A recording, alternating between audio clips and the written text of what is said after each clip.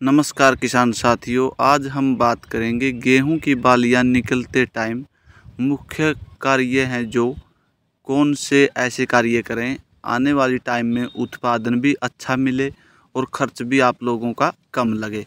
तो किसान साथियों, अगर चैनल पर पहली बार आए हैं चैनल को सब्सक्राइब कर लें, वीडियो को लाइक और शेयर ज़रूर कर दें ताकि और किसान भाई इस प्रकार की जानकारी से बिल्कुल भी वंचित ना रहें। तो किसान साथियों, मुख्यतः बात करेंगे पहली खास बात है जो उस पर। पहले किसान साथियों, अगर आपकी गेहूं की फसल बालियां निकालने वाली अवस्था में है तो आप लोगों को सबसे पहले बेस्ट और सबसे अच्छा बेहतरीन नुस्खा है जो फ्री का नुस्खा आप लोगों को बता दें। तो आप लोगों को गेहूं की फसल के अंदर नमी बनाए रखनी है। तो किसान साथियों, सबसे पहले बेस्ट है जो यही है।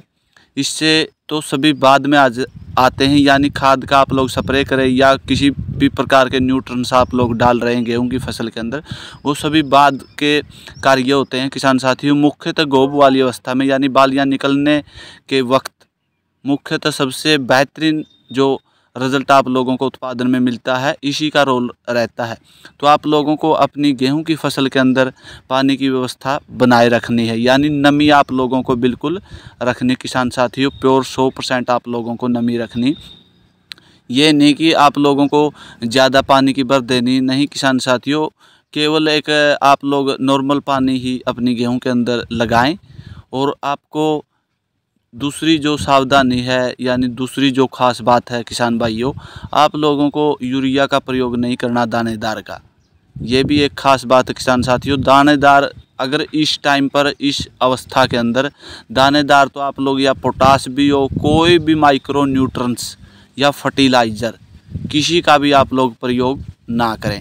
क्योंकि किसान साथियों, जो आप लोग इस टाइम पर गोब वाली अवस्था के अंदर अगर गेहूं की फसल को मुख्य माइक्रो न्यूट्रंस या खाद्य पदार्थ आप लोग दे रहे हैं, तो आपका जो खाद दिया गया है यानी जो न्यूट्रंस आपने दिए हैं, वो अगर समय की बात करें, समय कम है गेहूं को पकने के लिए। यानी आने वाली जो चौथा महीना होता है मार्च के बाद में, तो किसान साथियों उस टाइम पर आपकी गेहूं की जो सुनहरे कलर है फिर जाता है। तो उसके देखते हुए टाइम कम है गेहूं की फसल के पास और हमारे पास भी। तो किसान साथियों, इस टाइम पर आप लोग केवल और केवल जो स्प्रे हैं, आप लोग स्प्रे अपनाकर गेहूं का विशेष ध्यान रखें। तो किसान साथियों, जो गेहूं के ऊपर आप लोग स्प्रे करोगे, स्प्रे द्वारा माइक्रो न्यूट्रिएंट्स दोगे, तो आपकी जो गेहूं की फसल है 100% से रिजल्ट आपको मिलेगा और 100% आपकी गेहूं की फसल अपनी ओर शिकोर कर लेगी, यानी उसको अपनी ओर पकड़ कर रखेगी जो भी आप लोग माइक्रो न्यूट्रिएंट्स डाल रहे हैं। क्योंकि किसान साथियों, माइक्रो न्यूट्रिएंट्स एक्टिव होने में कम से कम 15 से 20 दिन या 25 दिन का भी समय लगता है। कई माइक्रो न्यूट्रिएंट्स ऐसे हैं जो 1.5 से 2 महीने के अंदर एक्टिव हो जाते हैं। तो किसान साथियों, इस टाइम पर अगर आप लोग माइक्रो न्यूट्रिएंट्स डाल रहे हैं नीचे, जैसे खाद्य पदार्थ हैं, कोई भी चीज़ लगा लो आप लोग अपनी फसल के अंदर डाल रहे हैं, तो उसका आपको बेहतरीन रिजल्ट नहीं मिलेगा।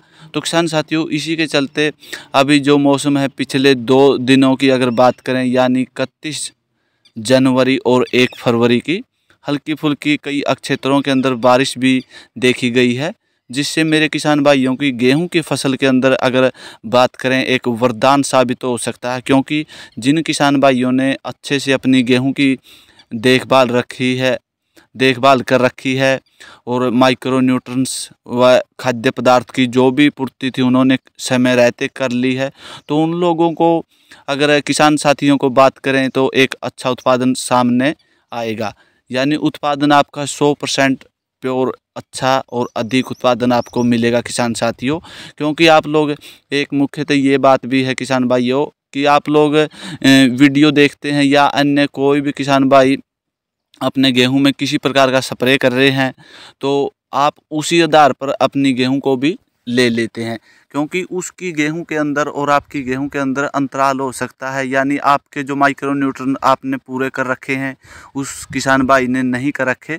तो ये भी आप लोग विशेष सावधानी रखें रखें किसान साथियों, क्योंकि अगर दूसरे की बजाय आप अपनी ही जो गेहूं की फसल है या अपना ही कार्य उस पर ध्यान केंद्रित करते हैं तो आपका जो कार्य है वो भी संपूर्ण होता है और आपको अच्छा रिजल्ट भी समय रहते मिलता है। तो किसान साथियों, ये कुछ सावधानियां थी, आप लोग बालियां निकलते समय ज़रूर अपनाएं। अगर वीडियो में आप लोगों को जानकारी अच्छी लगी हो, चैनल को सब्सक्राइब कर लें, वीडियो को लाइक और शेयर ज़रूर कर दें। राम राम किसान भाइयों।